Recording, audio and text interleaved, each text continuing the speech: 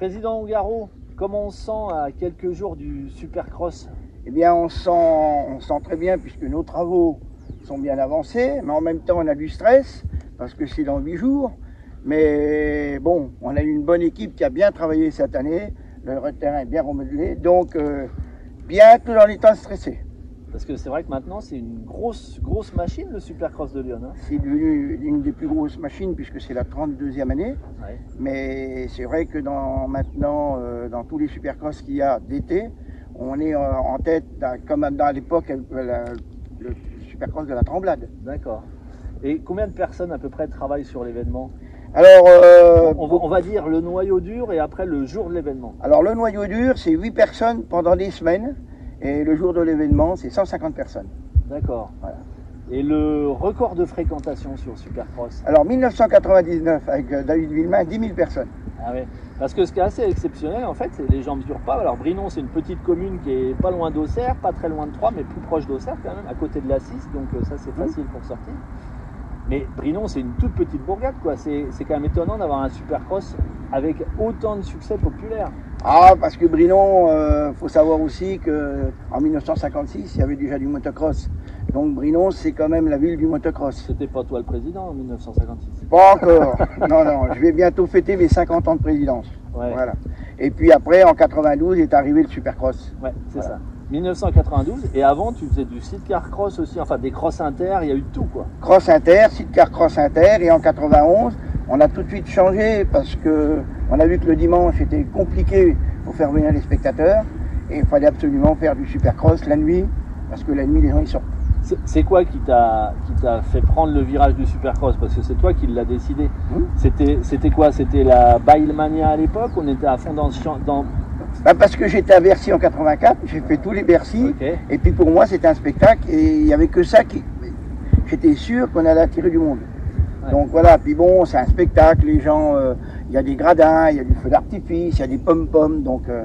Voilà. Le feu d'artifice, t'as raison, moi je me rappelle d'une anecdote, je crois que c'était Michael Pichon qui venait quand son fils était petit, Zachary, ouais. Parce qu'il y avait le feu d'artifice. Oui, et puis il y a aussi la famille Pagès qui venait, ouais. Rien que pour le feu d'artifice. D'accord. Ouais, c'est vrai. Parce que ça, c'était un peu ton deuxième métier aussi. C'est mon deuxième métier, ouais. Le feu d'artifice, donc c'est un plus. Et dans le Supercross, toi, personnellement, qu'est-ce qui te plaît, qu'est-ce qui te passionne? C'est surtout la bagarre. Ouais. C'est-à-dire que c'est court, mais c'est intense, et c'est surtout la bagarre. Puis alors, voir les pilotes passer dans les hoops, alors là je prends mon pied, ouais. on dirait. Et là, tout le tracé de la piste, là, parce qu'elle fait un développé de combien de mètres? 600 mètres. 600 mètres. D'accord, donc c'est une grande piste. Hein. Une grande piste, ouais. Elle est tracée par Cédric Lucas, c'est oui, ça qui est venu la semaine dernière, donc. On a passé 3 jours avec 8 engins et 8 conducteurs d'engins. Et en 3 jours de temps, on a refait complètement la piste. Alors, on refait, c'est-à-dire on la rhabille, on enlève l'herbe, on la nettoie, on refait les sauts, les réceptions. Et on avait donc fini la semaine dernière, le mercredi, ouf, okay. Avec le beau temps.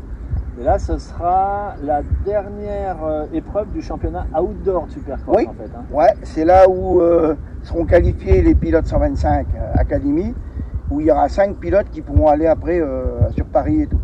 Ok, voilà. D'accord. Qu'est-ce qu'on peut te souhaiter alors pour cette 32e édition? D'avoir un record de fréquentation comme 2023. On a eu pas beau le matin, très beau l'après-midi, énormément de monde le soir.